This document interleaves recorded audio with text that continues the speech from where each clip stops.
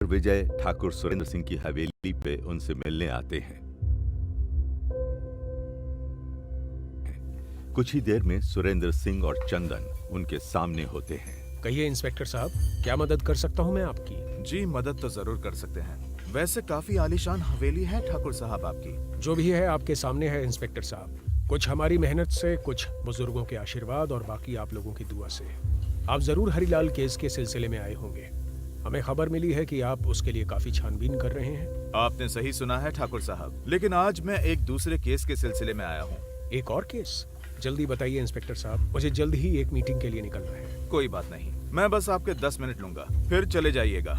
ठीक है, कहिए, हमें कानून की मदद करके खुशी होगी। ठाकुर साहब, आप विनोद नाम के किसी आदमी को जानते हैं? विनोद? हाँ ठाकुर साहब, मुझे पता चला है विनोद आपका अकाउंटेंट था। चंदन ये नाम सुन के कुछ परेशानी में पड़ जाता है।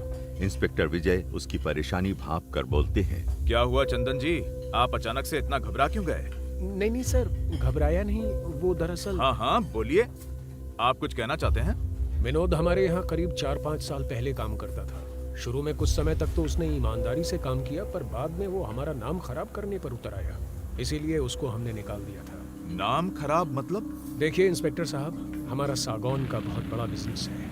हमने विनोद पे भरोसा करके उसको ये जिम्मेदारी सौंपी थी, लेकिन उसने हमारे पीठ पीछे लकड़ी की कालाबाजारी करनी शुरू कर दी। ये काम वो अवैध तरीके से रातों रात करता था। जब हमारा ट्रक पकड़ा गया तो पुलिस ने मेरे बेटे चंदन को गिरफ्तार कर लिया, क्योंकि सब कुछ यही संभालता था और पुलिस का शक सबसे पहले मालिक पे ही जाता है। लेकिन जांच में ये बात साफ हो गई कि इन सब में विनोद का ही हाथ था और चंदन के खिलाफ कोई सबूत न मिलने के कारण इसे छोड़ दिया। विनोद पर भी केस चला, उसे 3 साल की सजा भी हुई।